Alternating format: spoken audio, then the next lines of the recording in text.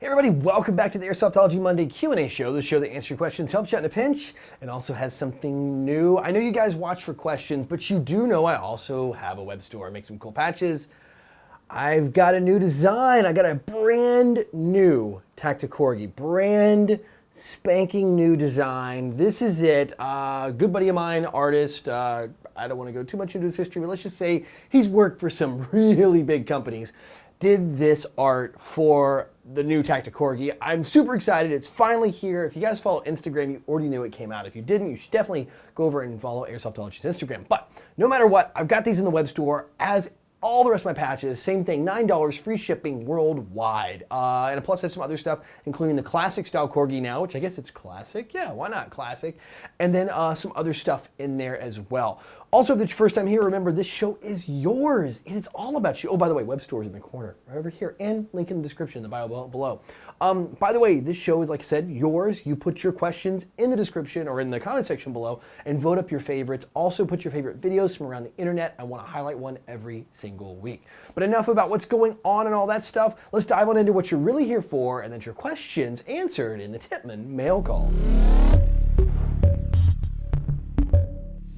Tactical Snowball's back with another banger, top of the list here. So during a visit with friends in Florida, I got to go play at the local field. My friends couldn't join me because they had a strict camo dress code rule for casual gameplay. What are your thoughts about enforcing dress code outside of MILSIM events? So this is kind of interesting. I'm sure some fields do this. This is kind of a thing, I guess, to do the dress code. At the field I used to be at Bad Karma Airsoft, we would divide this way. We would go and say, okay, if you're wearing this kind of camo, you're over here. If you're wearing this kind of camo, you're over here. So for me, it's actually pretty normal, but everybody knew the rules and the rules never changed. That was it. That's how it worked. I'm curious to know if this is normal or is this like a special day? Did they announce it? Did you know about it? I guess, hey, like with ours, that was the rule. Like you showed up, go find another shirt, man. If like it's black, you gotta wear black and some other stuff over here. If you're wearing multicam, you're over here. That was it. You do have to abide by the rules of the field, and that's the thing. Like when you show up at the field, make sure you are really read in on the rules. Go visit their Facebook page or their website to make sure you know what's going on. I'm sure you could always talk to somebody and maybe get some way to change, maybe borrow some camo from somebody. But yeah, I mean, the fields, this is the most important thing. We always talk about following the rules, calling your hits, going to the refs, all those things.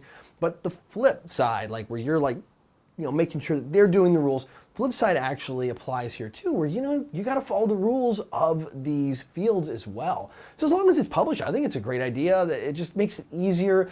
Although we used to tell people to bring a black and like a tan/green shirt. Like we would divide them up. We tell everybody, and inevitably people would, go around lunchtime and change shirts, and it was kind of like herding cats going, no, I remember you were on the green earlier, depending on which side was winning or losing. So that could always happen. That's kind of the downside. If you do the armbands or something like that, then they're giving them out, so there's really no way to play that game. So I guess it's a double-edged sword if you want to look at it that way. But again, field rules are the rules. So just kind of make sure you're read in. It kind of stinks you didn't get to play with them, but sometimes actually I have a lot of fun going against my own team.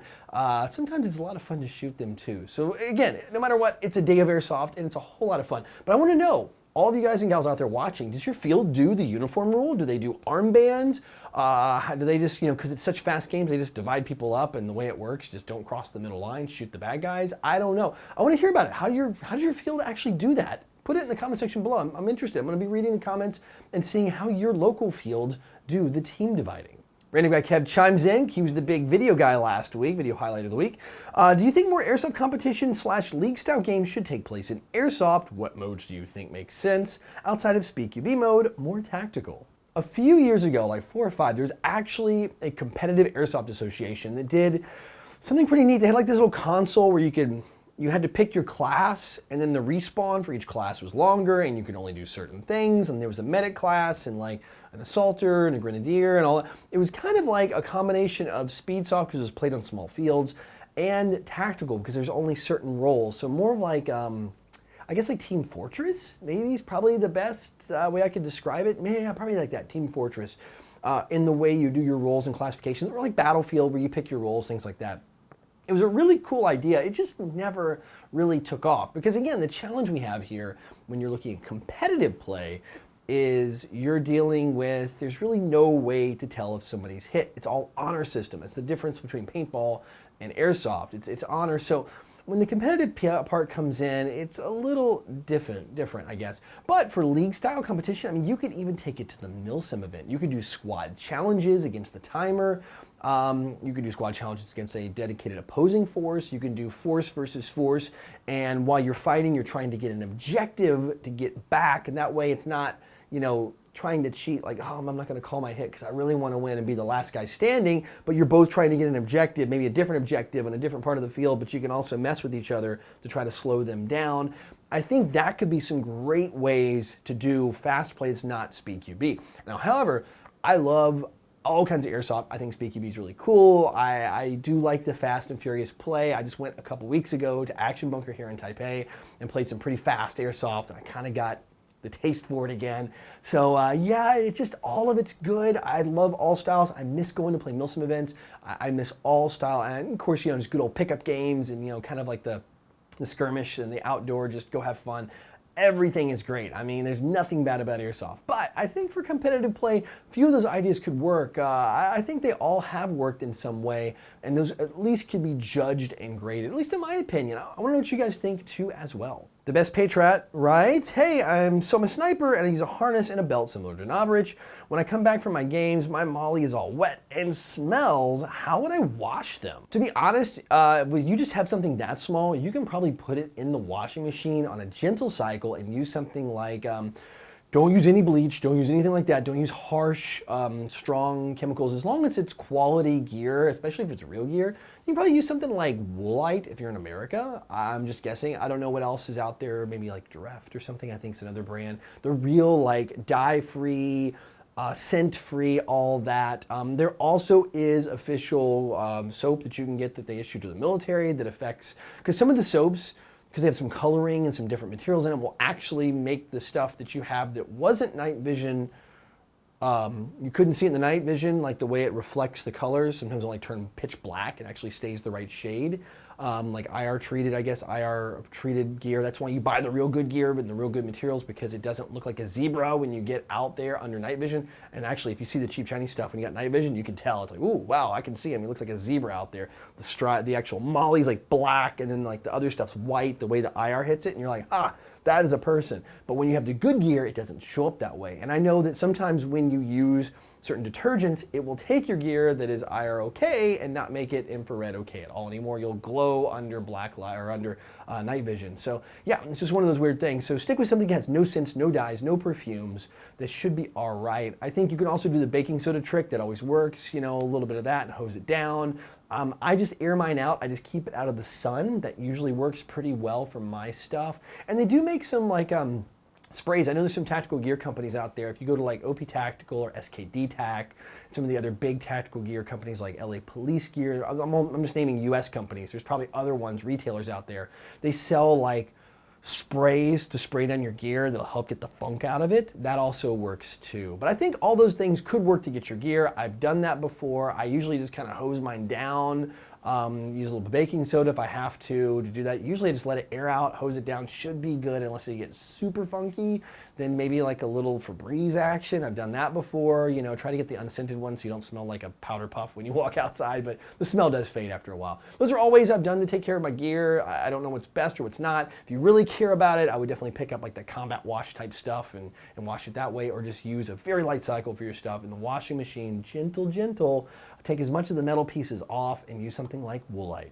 Easy Company Airsoft writes with one that's always controversial here. Hey Jonathan, what do you think of the issue of 5.56 DMRs? I have a KWA DMR that I rebuilt the internals, and everybody said that it wasn't a DMR because the magazine was chambered in 5.56. So yeah, when the rifles are chambered in 5.56, there's a lot of fields or people that will say that's not a DMR, although you look at something like, you know, Lone Survivor, and anyway, yeah. So there's like a gray area there, right? With certain M4 platforms that are running the 5.56, which is the just regular rifle caliber for military issue rifles, versus something bigger. But that argument too could be, well, if you're going to look at it that way, then the larger round could be a 7.62.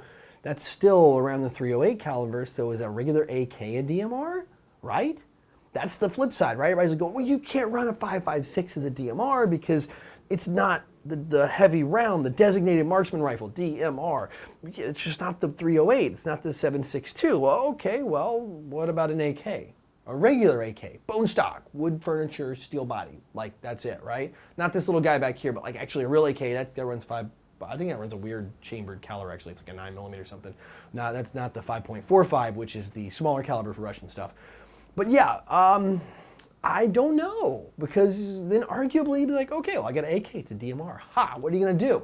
I know with DMRs, they have to be pinned to be semi-auto only for most fields. For milsim events, the milsim event promoters do require you to have something that is chambered in the heavier caliber 308 or 7.62. That will qualify as it semi-auto only, and you have a minimum engagement distance, also known as a MED, M-E-D, minimum engagement distance, that you can fire at someone. It means that when they get within 50 feet or sometimes 100 feet, depending on the power of the gun, that you can only shoot. Once they get with that, you have to change to another, like another rifle, another pistol to shoot them because your gun is shooting more powerful. That's the benefit. You get to usually a higher feet per second rating by at least 50 feet per second, which is nice. It gives you a little boost, a little extra range. It's kind of the trade-off thing, a little positive, a little negative, a little benefit, a little trade. But yeah, I think honestly, to avoid the confusion for anybody just turning up a gun, I know I'm going to give you some bad news here. Probably want to stick with that 7.62. At least for me, I'm a purist. I built some really cool marksman rifles that are just like yours, exactly like yours. The long barrel, long, big, huge scope. Like, hey, this thing's big and heavy. It should qualify. But in reality, I think just to avoid confusion with other players, just to avoid fights and arguments, having something chambered in the larger caliber should be correct. Like a SCAR Heavy would be a designated marksman rifle, where a SCAR Light would not. Like something like an AR-10 would be, and an M4 platform like your Crytac would not. So that's just my thought on it. It's not definitive. It's always up to the field or the event promoter of the game you're going to. But for almost every game I've been to, that's been the rule. That's it for questions this week, which means it is time for the Code Red Headsets video recommendation of the week. And this one was one of the comments, like TheDeeMoe says, hey man, you're always putting always putting us on game with the new channels, right? Helping him out. Well, TheDeeMoe is actually one of the players on SYG, or is it SIG? Is it SYG? DeeMoe, man, is it SIG or SYG? Let's put this thing to bed. He is probably one of the most famous Speedsoft players, part of the absolute most famous Speedsoft team, SpeedQB. I mean, that's their brand. I mean, you guys know these guys, right? And I had to share his most recent one. I've been getting a little bit into the Hi-Capa game just because I've been doing some reviews on Hi-Capas with the Novrich pistol. By the way, it's coming out this week. I'll have the review. So right after this video, like next video up with my Novrich pistol review, full review including gameplay. That's right, gameplay. And then some other ones I've got right on the heels of that too. So I kind of got the bug, and then this video I was like, oh my God, look at all of these. I mean, there's like a flash toward the beginning. You probably saw it just go by. Of the Hi-Capas, I was like, oh my God, I mean, just thousands and thousands and thousands of US dollars worth of awesome tricked out Hi-Capas. Gameplay's always awesome. He's on it, and he plays at a no minimum engagement field, so don't freak out when you see people getting blasted close. That's the way it is there. Every field's different, but don't criticize if that's the rules of the field. I just want to say that. Just don't be hating, guys, please. I love these guys. They play fair. They're great role models, and TheDeeMoe is definitely right there with the team doing those same things. So if you guys love some fast and furious airsoft play, his videos, most of them are pretty short. They're like good bite size, killer music to go with it, just keep you interested from the beginning to the end. I mean, this channel is seriously hot. Don't even, I'm not even gonna tell you to watch it. I'm gonna say just go over there, mash sub, then start watching. In fact, you probably wanna mash the sub, hit the notification button, then start watching his videos. You're gonna be pretty happy about what you did if you guys don't sub to him already. So anyway, go check it out. It's TheDeeMoe. I got, of course, a link to his channel below, and of course, it probably popped up in the corner over here at some point while you were watching, so you can kind of rewind and maybe track it down if that's it. But yeah, definitely let him know I sent you after you mash that sub button and start taking in some of that Speedsoft goodness. That's it for this week. As always, don't forget, I got the store, I got the new corgis, these guys are in. I got some other stuff coming behind these too. I'm gonna say it's the beginning of a series. Let's just put that out there. Anyway, so if you guys want to support the show, I'm gonna tell you right now, this is the best way to help support Airsoftology. You get something cool in return, And it's free shipping worldwide, so it doesn't matter where you live in the world. These do come from Taiwan, so keep in mind, if you do ship it, just be a little patient. Free shipping, I'm doing kind of like the snail mail thing. I actually do an air mail, but it takes, sometimes based on customs, a couple weeks to get to you. So just be patient with the shipping, but that way you don't have to pay a ton of money to get it from here to wherever the heck you are in the world. But if you're in Taiwan, it'll be here like in a day. You can, if you're in country, it'll just be like next day you'll have it. It'll be pretty cool. Anyway, so support that. Links in the description box below as well. So guys and gals, until next week, go out, play some Airsoft, have some fun. But no matter what you do, call your freaking hits.